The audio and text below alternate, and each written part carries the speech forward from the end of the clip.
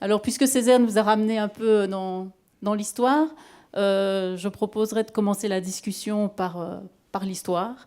Et donc, à m'adresser d'abord à Pierre Desmarais pour lui demander de nous faire son histoire des études sur l'Afrique à l'ULB. D'où viennent-elles? Comment se sont-elles structurées ou pas du moment où elles ont commencé jusqu'à aujourd'hui? Vaste programme, mais qui risque d'être très très long. En fait, l'étude de l'Afrique à l'ULB a commencé, pour autant, personne ne l'a jamais exploré de façon systématique, mais très tôt, dès les débuts de l'État indépendant du Congo, pour le meilleur ou pour le pire, Édouard Dupont, 1877, géologue, mais à titre personnel, donc pas directement associé à l'État indépendant du Congo, j'insiste, va commencer à explorer et à dresser la géologie. Professeur à l'ULB, va faire la géologie du Bas-Congo, commencer les premières recherches archéologiques.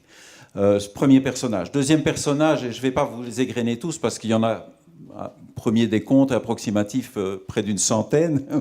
Le deuxième personnage que je trouve assez marquant de ses débuts, c'est Félicien Cattier, que vous connaissez peut-être parce qu'il était un des fondateurs de la Fondation universitaire.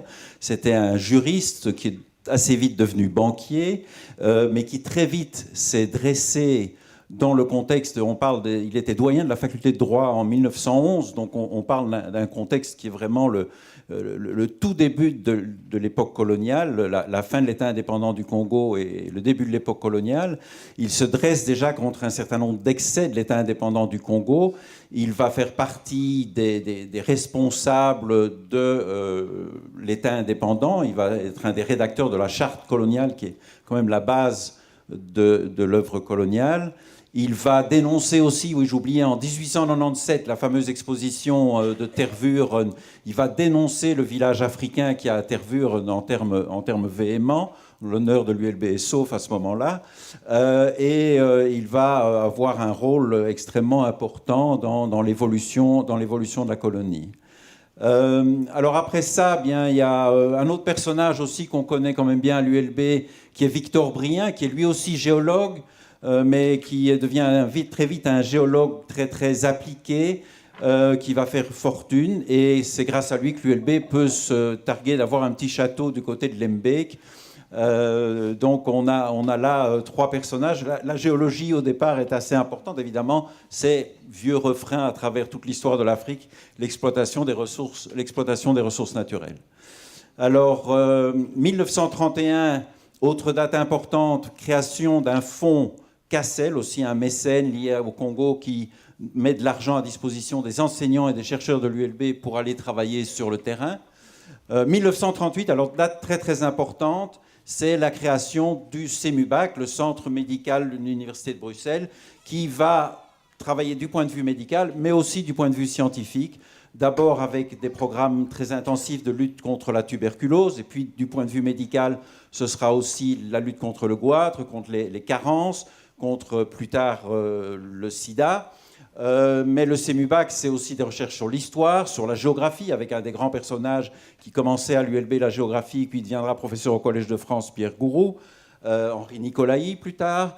Le CEMUBAC, c'est aussi l'histoire des Ouélés, c'est aussi l'histoire sociale, l'histoire du travail, le début de l'intérêt pour le syndicalisme. Donc il y a toute une série de recherches qui vont donner à l'ULB, au fil du temps, une expertise qui fera que lorsque l'on va commencer à discuter de l'indépendance, eh bien, un certain nombre d'enseignants, de chercheurs de l'ULB seront à côté des Congolais pour négocier la table ronde qui verra l'aboutissement de l'indépendance. Donc, de ce point de vue-là, un travail et un engagement de l'université. Alors après ça, on peut multiplier dans tous les domaines de la botanique du Vigneault, de la zoologie Paul, de l'ethnographie Luc Deheuge, Smets et d'autres. Enfin, il y en a une soixantaine, je vais vous en faire grâce, mais c'est un ensemble extrêmement important. Alors l'ULB est aussi, et pas seulement au Congo, est aussi très proche de toutes les luttes pour l'indépendance. Certains qui deviendront doyens de faculté sont des porteurs de valises pour le FNL en Algérie. C'est un des professeurs de l'ULB, Jean Salmon, qui va être le conseiller du FNL pour les accords d'Évian aboutissant à l'indépendance de l'Algérie. Donc un combat dans le domaine des indépendances qui est marquant. J'oubliais aussi quelque chose d'important, c'est la contribution de l'ULB à la fondation de l'Université officielle du Congo en 1953, avec les 2 premiers recteurs de cette université, conjointement avec l'Université de Liège, les 2 recteurs qui sont des recteurs de l'ULB, des professeurs de l'ULB, et notamment Jean Yernaud, qui aura un rôle très important dans la lutte contre le racisme en conjonction avec l'UNESCO. Et puis, et pour ne pas être trop long, un autre aspect aussi, c'est l'engagement de l'ULB pour la lutte contre l'apartheid. Il faut savoir que c'était ici qu'étaient basés les relais de l'ANC et de l'ensemble des pays de la lutte de la ligne de front contre l'apartheid. Et d'ailleurs, nous avons été la première université, quasiment, il y a une université sud-africaine qui l'avait fait, à décerner un doctorat honoris causa à Nelson Mandela quand il était encore en prison en 1984. Donc un engagement de longue haleine par rapport à nos valeurs, par rapport à nos idéaux, avec évidemment toute une série de recherches sur le terrain, bien sûr d'abord au Congo, mais aussi au Rwanda, au Burundi, et puis dans un certain nombre d'autres pays, mais les énumérer serait, je pense, beaucoup trop long à ce stade-ci. Merci beaucoup. Alors je me tourne vers Hamzat, historien spécialiste du panafricanisme. Donc le panafricanisme s'est déployé dans les années 50 comme un mouvement d'émancipation politique, certes, mais aussi un mouvement d'émancipation culturelle. Et donc est-ce que les premiers panafricanistes ont émis des critiques par rapport à ce qui constituait les piliers de la connaissance de l'Afrique développés dans les universités européennes? Oui, alors l'intérêt du panafricanisme, c'est que c'est un courant qui est né à l'extérieur du continent africain et qui fait paradoxalement partie de ces nombreux courants qui ont défini l'Afrique de l'extérieur.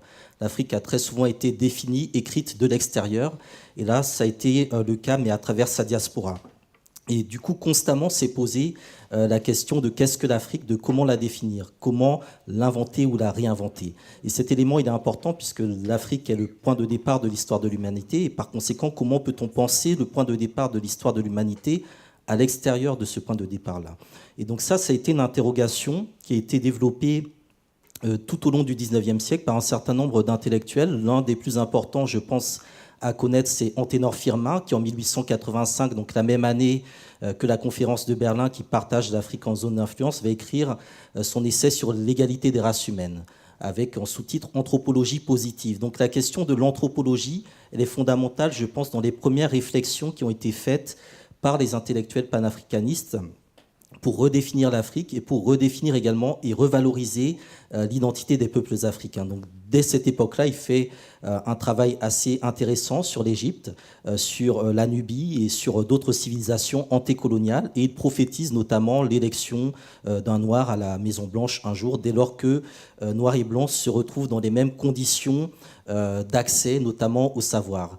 Les 2 autres auteurs, je pense, qui sont assez importants, l'un a été cité, donc c'est Aimé Césaire, bien évidemment, qui, à travers le courant de la négritude, va aussi faire entrer la question de l'art, c'est-à-dire qu'il y a eu beaucoup de réflexions et de remises en cause du regard qu'on avait sur l'art africain dans ces années-là. Et je pense que c'est un élément qui est très important parce qu'à travers l'art, on peut écrire l'histoire et ça renvoie à toute l'actualité de la restitution des œuvres d'art qui sont dans les musées occidentaux aujourd'hui. Le troisième personnage, c'est William Edgar Du Bois, donc W.E.B. Du Bois, un noir américain, très célèbre, connu comme étant la plus grande figure intellectuelle du panafricanisme à cette époque-là, qui va écrire un ouvrage intitulé The World and Africa pendant l'entre-deux-guerres, où il montre justement le rôle stratégique que joue l'Afrique en termes d'intérêt géopolitique, notamment par rapport à la Première Guerre mondiale et par rapport également aux impérialismes qui se développent à cette époque-là. Et ce qui est intéressant avec Dubois, c'est qu'il va terminer sa vie au Ghana et que l'un de ses derniers grands projets, qui n'a pas abouti, mais que l'on tente de reprendre aujourd'hui, c'est le projet de l'Encyclopédia Africana. C'est-à-dire comment faire la somme de tous les savoirs des civilisations africaines sur le continent et à l'extérieur du continent. Enfin, le quatrième personnage, qui je pense est quand même très important, c'est bien évidemment Cheikh Anta Diop, puisque à travers donc ses travaux Nation nègre et culture, l'unité culturelle de l'Afrique et l'Afrique noire précoloniale, il a justement, je pense, introduit pour la première fois une critique non eurocentrique de l'eurocentrisme, avec beaucoup de force et beaucoup également de militantisme, qui fait que il a, je pense, construit un véritable paradigme qui fait qu'aujourd'hui, la question des études africaines, elle est extrêmement sensible et elle est globale, puisque Diop était à la fois un littéraire, comme on dit, mais aussi un scientifique. Donc je pense que ces 4 auteurs sont très importants pour justement repenser cette fameuse bibliothèque coloniale, pour repenser aussi cette question donc, de l'anthropologie, hein, donc Cheikh Anta Diop, civilisation ou barbarie, anthropologie sans complaisance, et donc toujours cette idée de l'audace intellectuelle que l'on retrouve justement dans la contestation de la manière dont l'Afrique a été pensée de l'extérieur. Il faut bien comprendre que ce travail, c'est aussi une bataille militante et que les milieux étudiants ont justement été nourris tout au long de ce XXe siècle de ces enjeux-là. Donc je pense que c'est très important que dans les universités aujourd'hui, ici bien en Europe que sur le continent africain ou aux États-Unis ou dans la Caraïbe, il y a justement des réseaux qui se construisent et qui soient, je dirais, en mesure de comprendre les mutations de l'histoire de l'Afrique et également d'entendre les voix qui viennent de l'Afrique. Pierre Desmarest, vous souhaitez réagir ? Non, je crois que c'est un vrai défi. Le panafricanisme et le décloisonnement, parce que je pense que ce qui est le paradoxe, c'est que l'Afrique s'est retrouvée morcelée, éclatée par le fait des puissances coloniales, et la conférence de Berlin est évidemment emblématique, et aussi, c'est un des dadas de Cheikh Anta Diop que j'ai eu l'occasion de connaître, c'est évidemment de réapproprier des grandes civilisations comme la civilisation égyptienne. L'Égypte et les égyptologues continuent à être fascinés par le monde classique et par le monde babylonien ou autre, mais il y a un mouvement maintenant, mais c'est seulement maintenant, bien longtemps après la disparition de Cheikh Anta Diop, que, par exemple, aux États-Unis, on voit très clairement qu'on réintègre véritablement les civilisations égyptiennes dans le grand ensemble africain, ce qui est quelque part quand même une révolution paradigmatique aussi. Donc on a mentionné les termes de bibliothèque coloniale, et c'est vrai que les relations ont toujours été, ont été complexes, difficiles, parfois douloureuses entre les chercheurs du Nord et du Sud, pour le dire de manière un peu caricaturale. Des relations qui ont aussi été marquées par le passé colonial et des relations d'intérêt dans une situation de domination. Et donc voilà, on voudrait vous proposer un texte d'un auteur qui a beaucoup réfléchi à cette question des rapports entre l'Europe et l'Afrique. Et cet homme, c'est l'homme de lettres congolais Soni Laboutansi. 1, 2, 3, 4.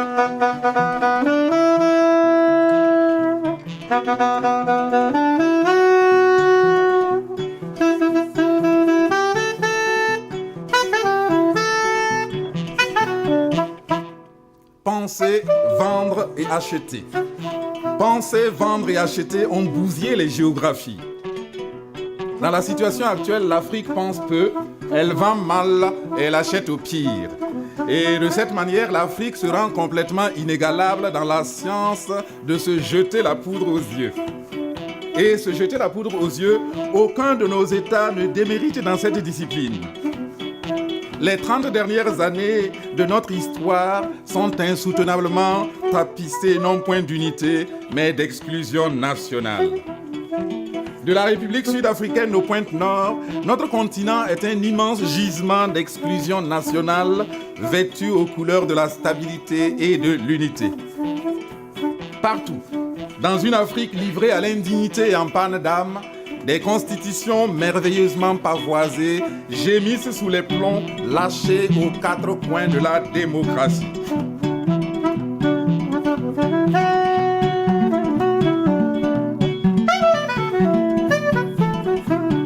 Tant que le sous-développement restait l'apanage des peuples décrétés inférieurs L'édifice qui consistait essentiellement à spécialiser ces peuples-là dans la fonction inhumaine de produire et de reproduire le sous-développement nécessaire au maintien de la gabegie des sociétés du jetable pouvait encore tenir.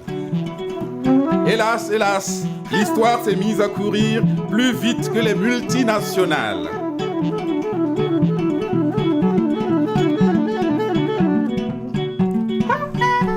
Le concept du juste prix, au nom de la solidarité qu'impose l'avènement d'un destin commun à tous les hommes, pèsera d'un poids de plus en plus grand sur la balance des échanges et obligera l'histoire à courir plus vite que les nations. L'ère du juste prix vient au galop. Il est le nom de notre époque, n'en doutons pas. Ce siècle vient avec un trou au ventre. Silence de plomb, silence de peur, silence de pain. Européens, ne tuez donc pas l'Afrique, elle peut encore servir.